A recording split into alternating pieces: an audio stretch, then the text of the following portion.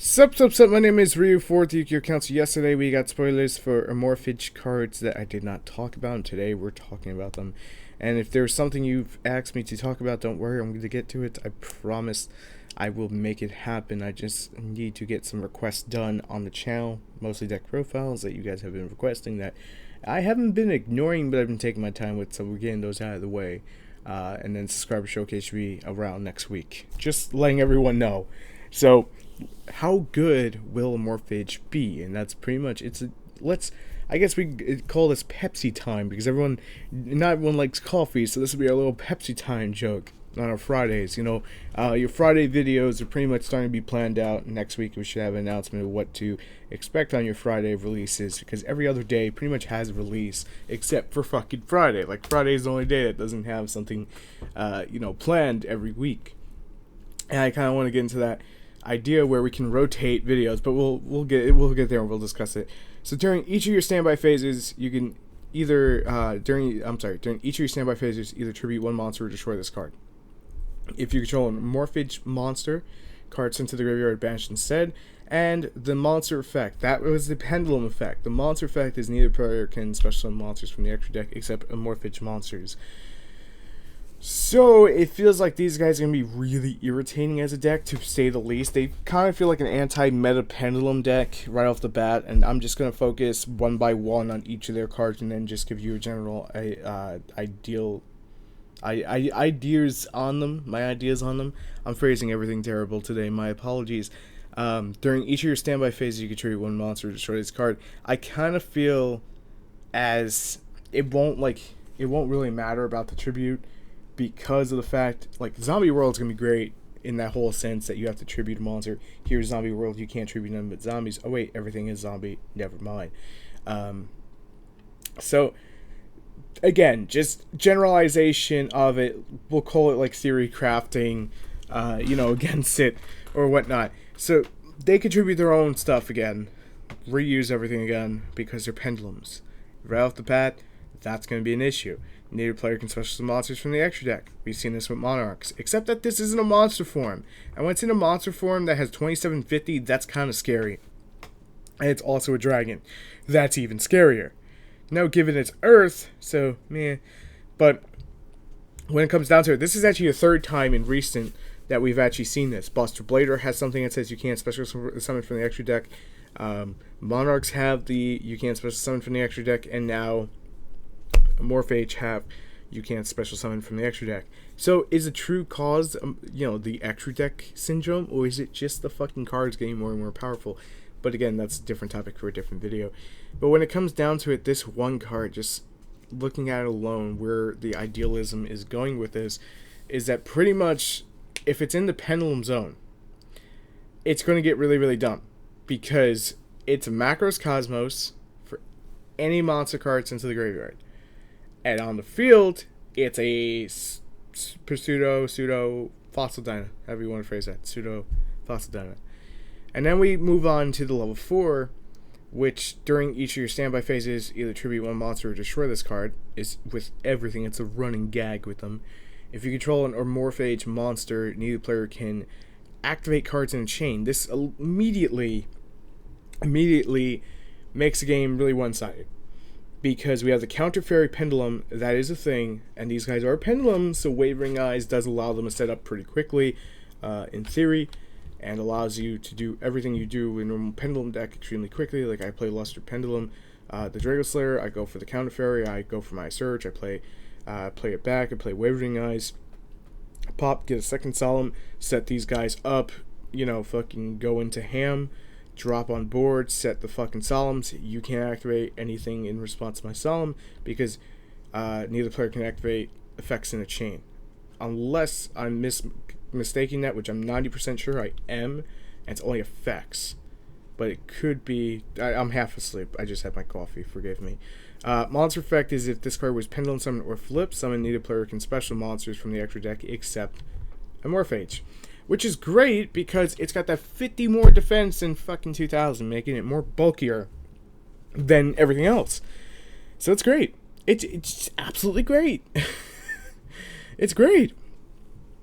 The other guy is the Amorphage Olga, During either of your standby phases, obviously still has tribute, and then if you control an Amorphage monster, native player contribute monsters except Amorphage, so it poops on monarchs too. If pooping on everything else wasn't enough, then, well, you're gonna poop on monarchs, and you're gonna poop on everything at this point. If this card was Pendulum Summon or Flip Summon, needed player can special summon monsters from the extra deck, except that it seems like this is the deck that basically slows everything down. Their artwork is really, really cool. They look like Grey Devil dragons to an extent, I guess is the way I want to phrase this, because look at them. They look like parasites are coming out of them. They look crazy. Crazy cool, at least in my opinion. And then their spell card. Let's talk about their spell card and let's wrap this all together.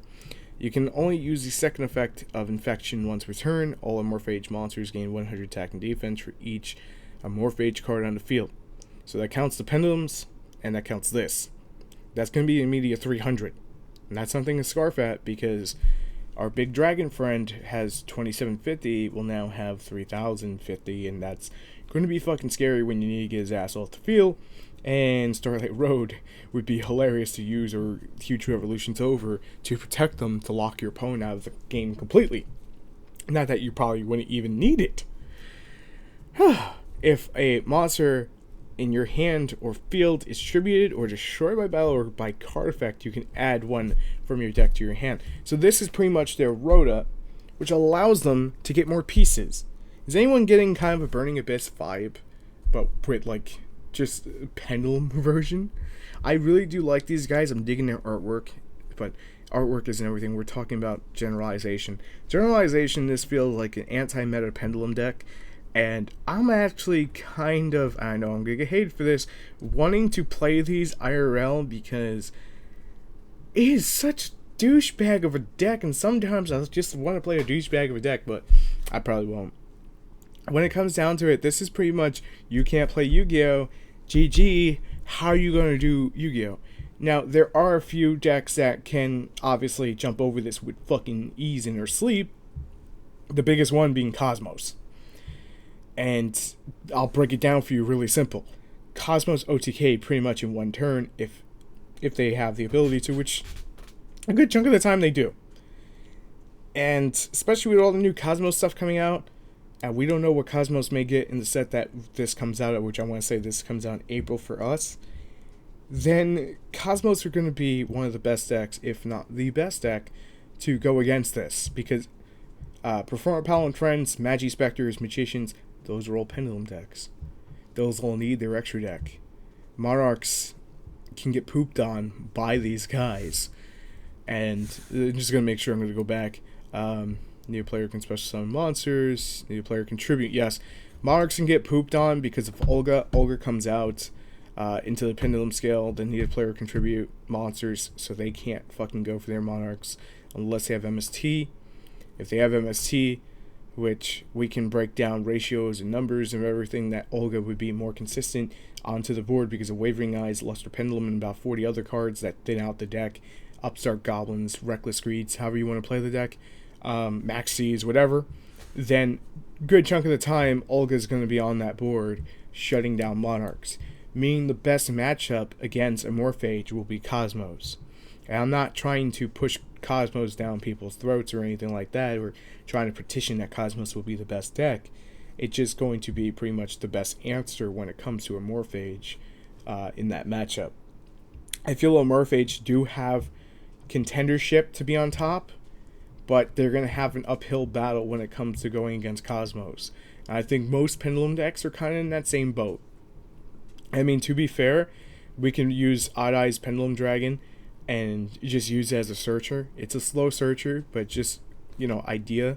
It's an idea there we're just playing around with, and you can actually get some stuff going on there. Hell, you could use fucking Pendulum Call to get fucking 2 of the hand and then hand destruction them away just to speed up your deck.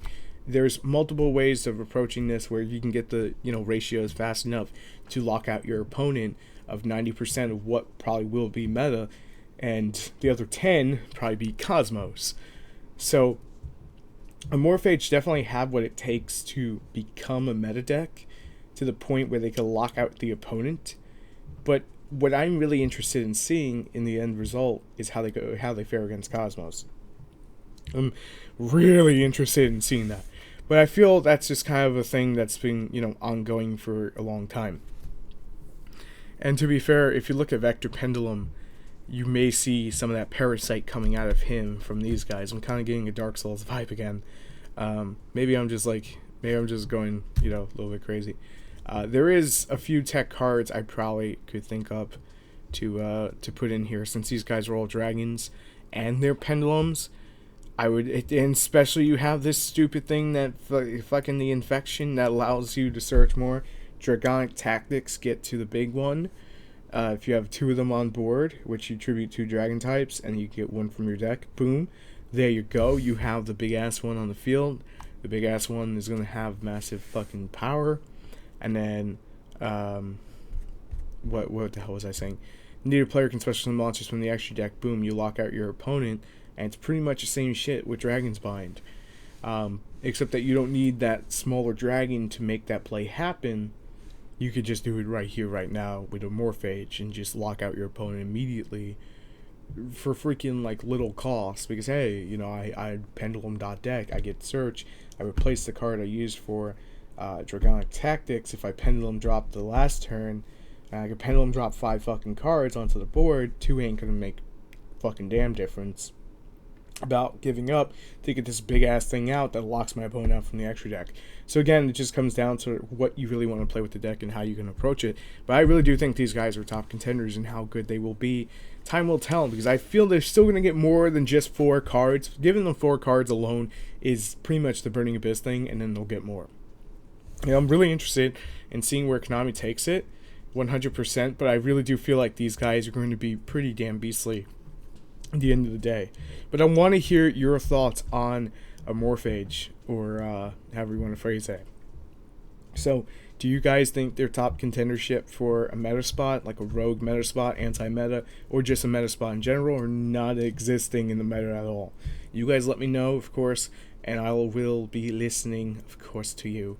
And for anyone who says you can play Wavering Eyes against them, like I said, Huge Revolution is over. It smells so good in this deck because it would banish out all the copies of it, because technically 2 cards would be destroyed. So Huge Revolution is over. Take out Raigeki, take out Wavering Eyes, and then the only problem the deck would probably suffer from is MST and Mikey's tech card, probably Tech Tuesday for next week, Prohibition. Just fucking lock your opponent out of everything. Say no to everything. There's so many fun ways. I'm waiting for these guys to hit Salvation or Dead Pro, and I'm streaming it because I'm just so damn excited. Stream link down in the comments, description below. Anyway, thank you guys for watching as always, and I will see you later. Read for the Yugioh Council. Let me know your thoughts. Peace.